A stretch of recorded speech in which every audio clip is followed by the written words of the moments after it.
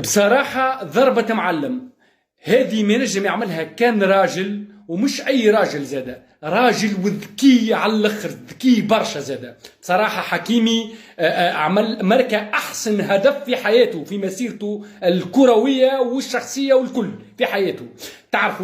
تعرفوا الناس الكل اللي حكيمي عنده قضية إطلاق مع مرته في المحكمة في فرنسا على خلفية البنية اللي اتهمت حكيمي بالاغتصاب، وطلعت كلها حكاية ملفقة وما فما منها حتى شيء.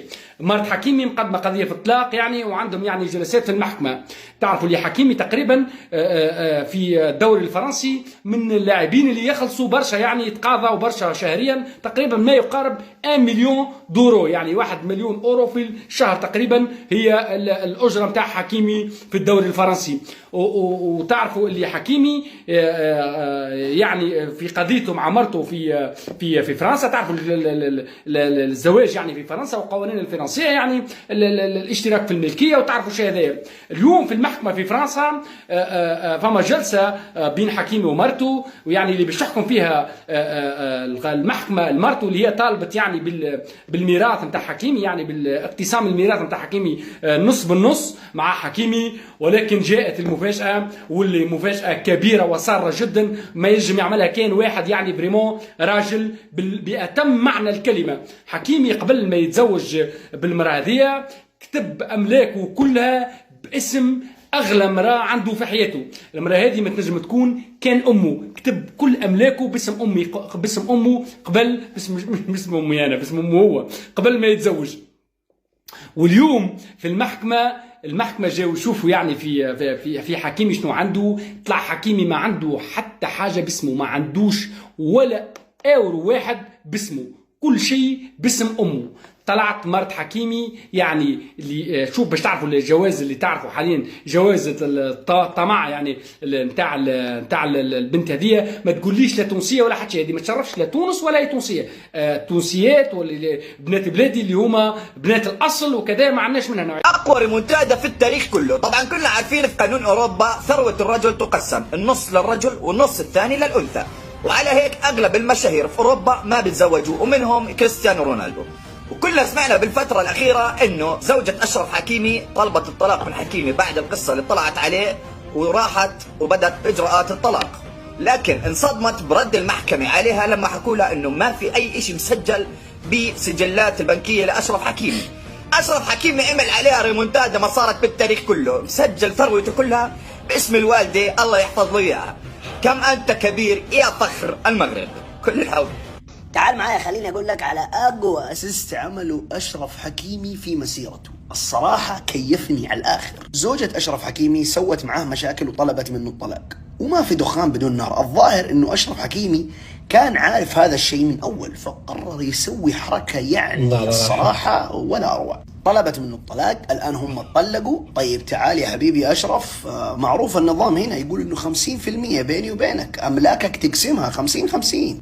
طيب حلو يا حقه، ما تيجي تشوفي املاكي كم املاك اشرف حكيمي اللي في البنك؟ ما عنده ولا مليم، ما عنده ولا قرش ولا شيء. انا مسكين صح، باخذ $1,000,000 في الشهر من النادي الباريسي، ولكن انا ما عندي ولا حاجه. طيب كيف؟ ايش اللي صار؟ بكل بساطه اشرف حكيمي اعطى اسيست للوالده، قال لها اسمعي كل فلوسي اليوم مكتوبه باسمك.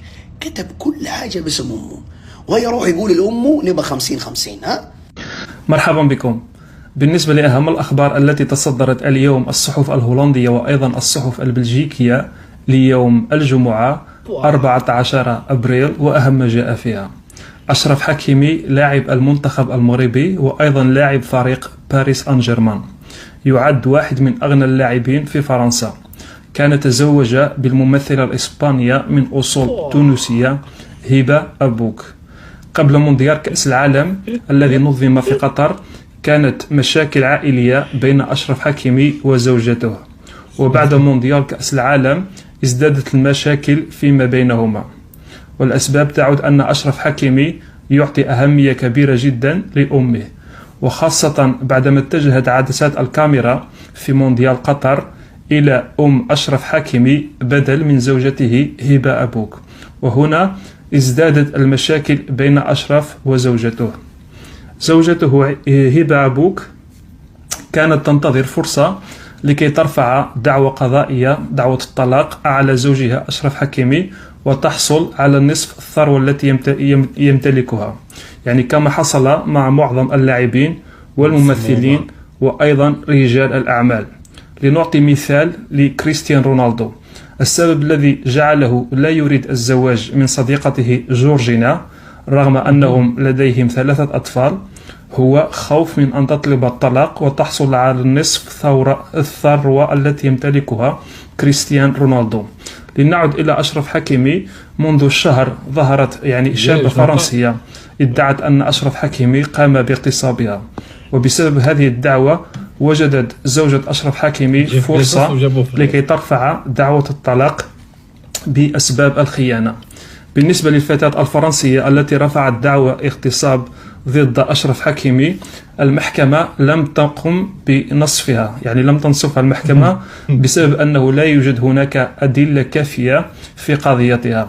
أما بالنسبة لزوجة أشرف حكيمي، بعدما انفصلوا يعني بعدما طلقوا اتجهت إلى المحكمة كي تحصل على نصف الثروة التي يمتلكها أشرف حكيمي، واتضح أن أغلبية الثروة التي يمتلكها أشرف حكيمي توجد باسم أمه. وأيضا يعني زوجة أشرف حكيمي بعد انفصالهما بمدة شهر دخلت في علاقة جديدة مع عارض الأزياء الإسباني كشكل من الاستفزاز لأشرف حكيمي. ما رأيكم؟